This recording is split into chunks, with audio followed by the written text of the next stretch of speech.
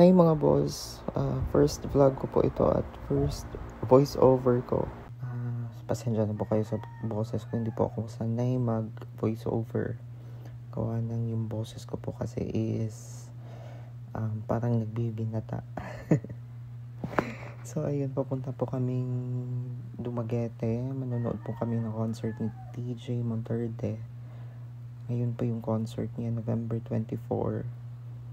So, yung nagdadrive is yung kapatid ko. Yung dalawang kasama namin is pinsan ko. So, ayun, huminto muna kami saglit. Gawa ng hindi namin alam kung yung tito at tita ko, sumama po kasi sila. At saka hindi kami kasya sa kotse, kaya nakamotor lang po sila. So, inantay namin sila tito at tita ko. Hindi po kasi namin alam kung nauna kami o nauna sila.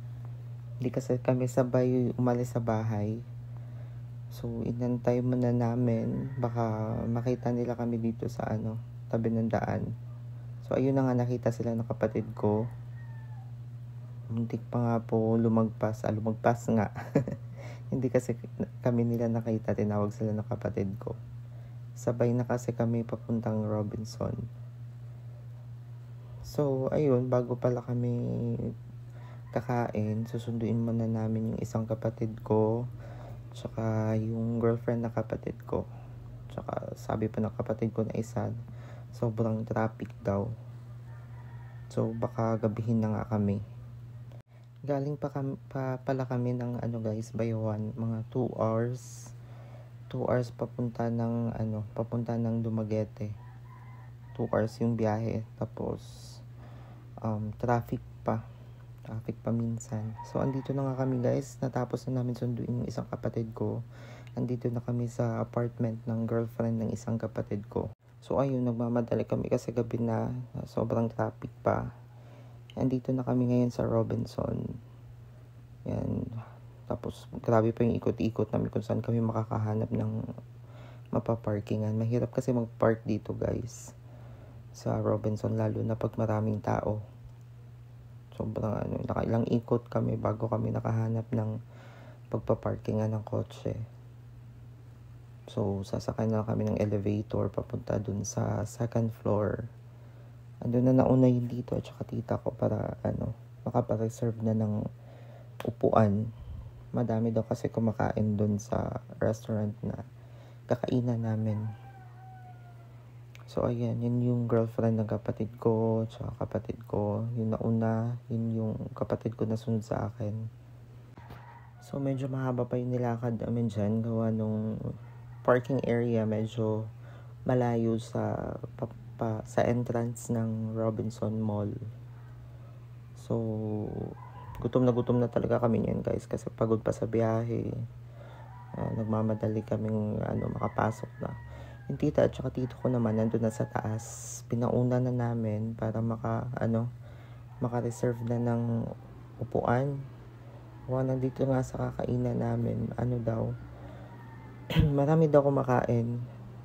Tapos minsan mataas pa daw yung pila. So andito na kami sa may second floor. Papunta dun sa restaurant. Ayan na yung restaurant, guys. Sodam Restaurant. Tapos nakita namin yung tito at saka tita ko. Andyan sa labas nakaupo. Pero nakapa-reserve na daw sila. So, ayan yung tita ko guys. Tsaka yung tito ko. Kapatid ng mama ko, yan yung tito ko. Tsaka yan yung asawa niya. So, nakapa-reserve na daw sila. Papasok na lang kami para kakain. So, ayun. Nakaupo na talaga kami. Dalawa yung table namin guys. Gawa na hindi kami kasya sa isang table. So, 2 table. Kasi sa isang table, 4 lang. 4 lang yung kasya. So, yan yung food nila. Unli po yan. Pwede kayo magpa-refill.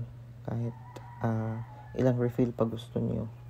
Sa halagang 399. Pero, in fairness guys, masarap naman yung pagkain yan. Tatlong